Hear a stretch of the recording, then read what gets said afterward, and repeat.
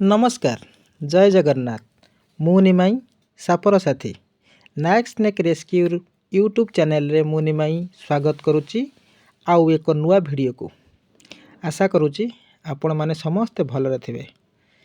ये भिडटी घर पाखर 6 किलोमीटर दूर नईनपुर ग्रामर आपण माने देखि पारुथिबे। ये जो माठियाटी देखा जाउची समस्ते निज निज घरे निजर व्यवहृत पाई रखिथिबा माठिया को बहुत दिन धरी यूज करती नहीं, जहाँ फल कि वर्तमान शीत समय आसीगला।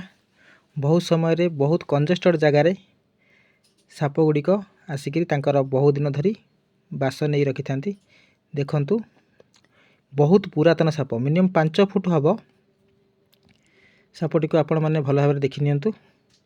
आपणक एरिया रे ये सापटी को कौन कहते मते कमेंट माध्यम रे जणांतु।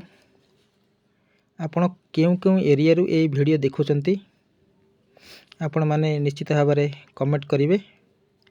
शीत सुप्त अवस्था आसीबा फल रे जेउ माने एई जो माठिया कि एई टाइप रो टायर घर पाखापाखि सब रखुचंती ता भितर ये बहुत दिन धरी लुचि रही थाए।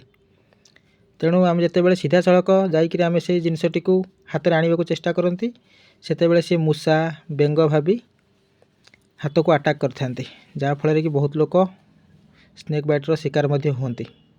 ये भिडटी देखिपे आप जिते डभार पूरा जाऊँचे से केमी हाथ को अटैक करने को बाहर। तेणु ये भिडियो देखी केबे आपण माने चेष्टा करेंगे एमती एभली दुसाहसिक काम करने, कारण ये हूँ एक्सपर्ट मानकर काम।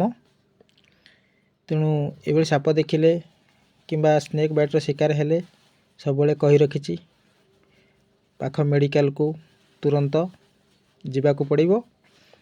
झड़ा फुंकार समय नष्ट करेंगे नहीं। जदि मोर ये भिडटी आपण मानक भल लगी भिडटी को लाइक करंतु एवं मोर यही यूट्यूब चैनल रे आपण नुआ थिले चैनल टी को सब्सक्राइब करंतु, जहा द्वारा मोर प्रत्येक वीडियो आपण मानक पाखरे प्रथमे पहुँची पारिबो। जय जगन्नाथ।